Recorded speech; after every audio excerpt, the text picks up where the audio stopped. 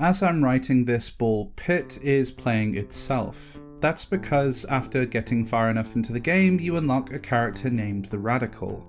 Pretty obviously based on Snake from the Metal Gear series, he plays the game himself.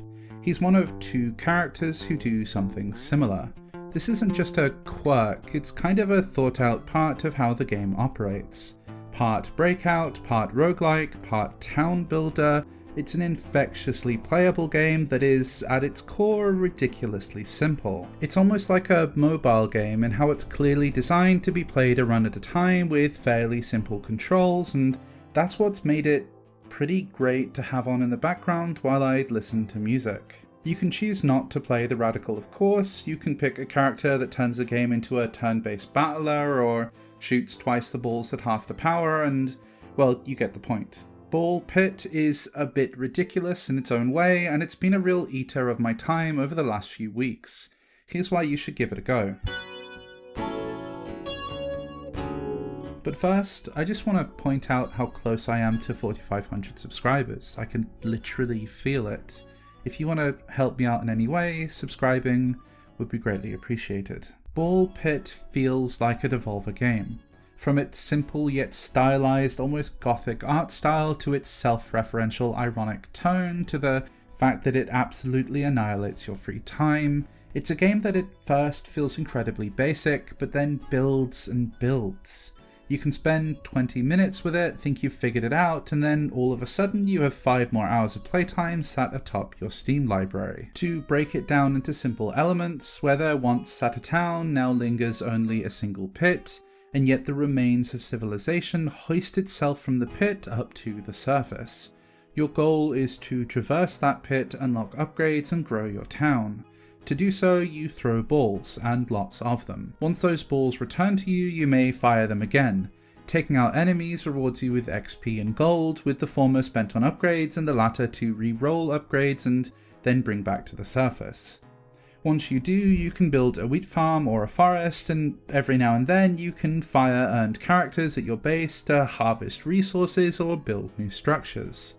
For the most part, this is what Ball Pit is. You take on levels of ever-increasing difficulty, unlock new buildings, farm new resources, use those resources to get upgrades, use those upgrades to venture further, use all that venturing to draw coins and resources, use those resources on your town. Congrats, you are now equipped to play through Ball Pit. Where it builds on this base of information is how runs play out. Though you get permanent upgrades from your town which can upgrade scaling on stats to make you more efficient, you run wins by making smart choices.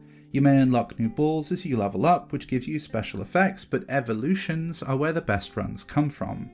Once you get balls up to their max level, you can combine certain types of balls together to get a much more powerful effect.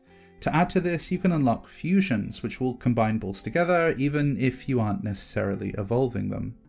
The struggle often comes from knowing when to evolve, when to fuse, and when to sit in your balls until the right moment comes along. I'm so sorry for that sentence. So you may be wondering why I brought up that the game plays itself.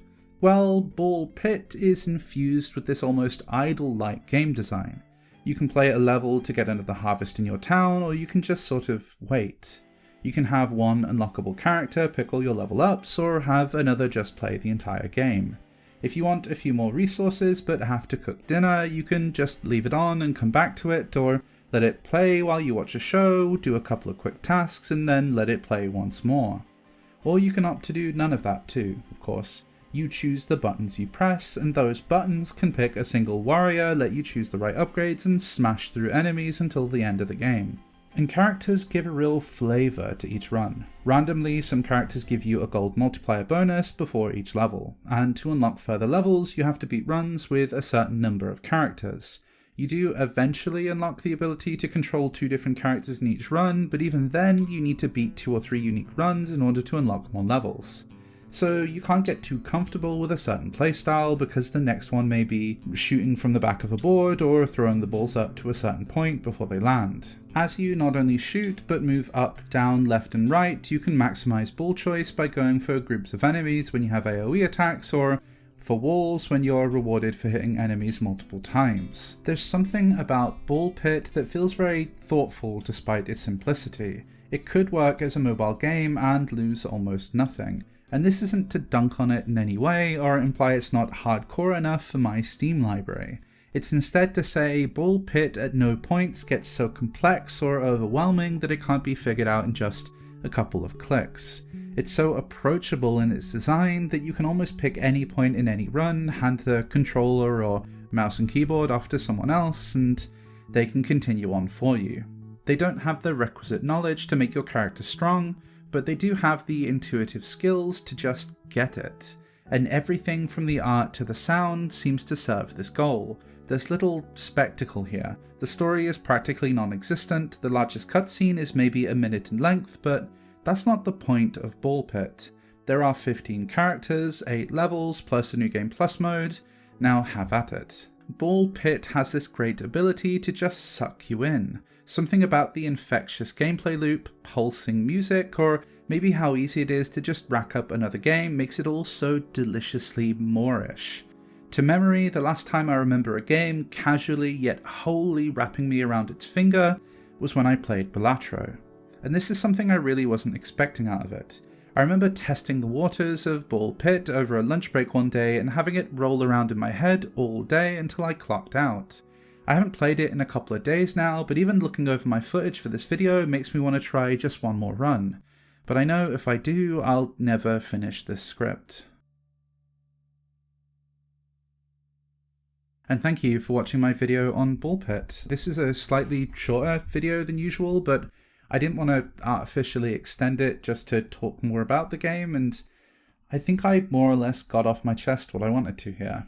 It's a lot of fun. It's not particularly revelatory, it won't change your mind on things, but it'll just entertain you, and for that it's really solid. If you happen to give ballxpit a try, I'd love to know your thoughts. I'd like to know what you hate, what you love, all those kinds of things. Also, if there's anything else you've been playing that you feel like I've missed out on, just let me know, because I think I'd love more recommendations. Finally, if you subscribed, thank you so much. This year has been incredible, and it's great to see so many people tune in just to hear my thoughts on things. If you want to see that number get any higher, I'd really appreciate you subscribing, liking, commenting, all those things. Thank you.